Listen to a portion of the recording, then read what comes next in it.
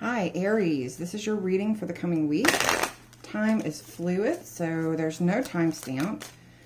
Sun, Moon, Rising, or Venus, any placement in your chart, really. But I'm going to do a new deck today, or not new, really, to me, but new to you guys. And it's one I don't use a lot, but I love it.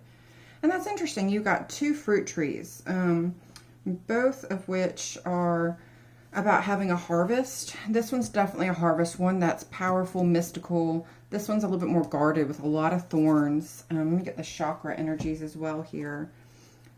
But this is Sun, Moon, Rising, and Venus. If it does not resonate, it is general. Check other placements in your chart. But you've got a harvest coming here, it looks like, Aries. And you might hear some people doing yard work. I hope that doesn't happen, but we will see. Okay, so right now, Aries, I'm getting that there is a harvest coming, something you feel incredibly emotional about. You may even be having dreams about this. It's a very powerful, mystical type of energy with the pomegranate. The story of the pomegranate is that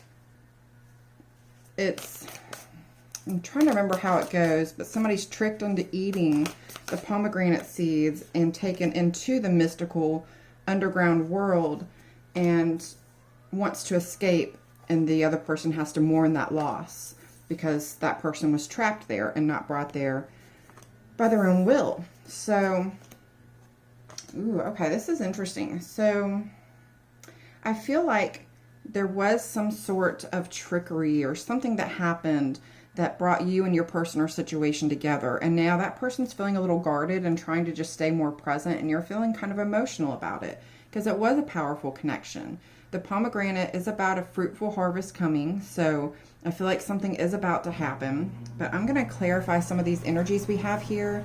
This is your past, present, and future energies, and this is the underlying or hidden energies here. So I'm going to clarify. I'm going to pick a deck here.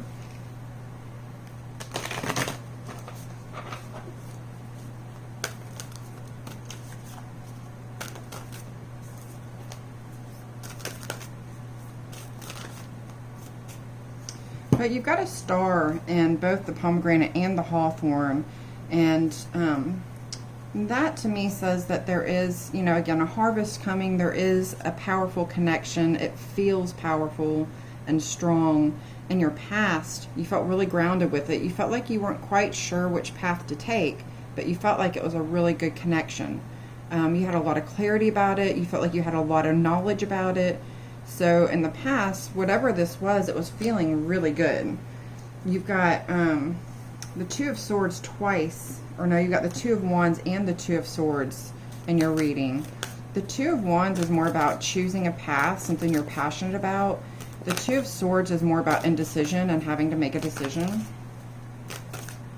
So right now I feel like you are having to make some sort of decision, and those seeds have been planted. You have hope. So right now you're feeling hopeful. You're feeling like you have planted some seeds and that you're trying to move toward the goal.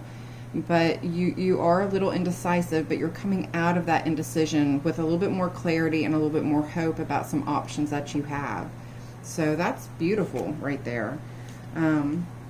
With the pomegranate, again, I feel like it's something you feel really strongly and emotionally about, and it feels almost surreal and like you're not sure how to handle it because it doesn't feel very grounded. But that's just presently. I feel like in the past it was feeling grounded, and you can get it back to that place again. I feel like especially with the star, you're going to get there and it's going to give you hope. Again, a lot of balance cards and twos and temperance here. With the Ten of Swords, that's usually a very defeated energy, but here it's definitely more hopeful. And with Justice here and Temperance, I feel like in the immediate future, there is going to be something that takes place that makes you feel a little bit better and hopeful about this whole situation. You got a lot of hope in a lot of these energies here. The Lovers, let me see what comes out for that. That's the underlying or hidden energies. So even though your person or situation is feeling really guarded, I feel like the underlying energy is that they want this just like you do. Let's see here. Okay, so to clarify the Lovers, we've got the World and the Eight of Cups. You're moving ahead. You are ready to focus on what's important to you, and you know what's important to you at this point. So that's really good. With the World card and the Lovers, you want union, you want connection, and it might get loud here in just a second, but we're just about done anyways. I'm going to get some advice cards for you. If you want this connection to move forward in a more positive, balanced direction and feel less guarded, or have your person feel less guarded, I'm going to get some advice cards for you here and see what comes out. Don't let the past hold you back. Emotions are running high. It's time to take action. Wow. All right, Aries. Somebody's feeling very strongly and passionately about this. And I feel like somebody's holding on to the past, and that's why they're feeling really guarded. So it's time to take action. What kind of action? Well, you need to stay poised. You need to take a moment to mend. This is an unfinished situation, so action does need to be taken.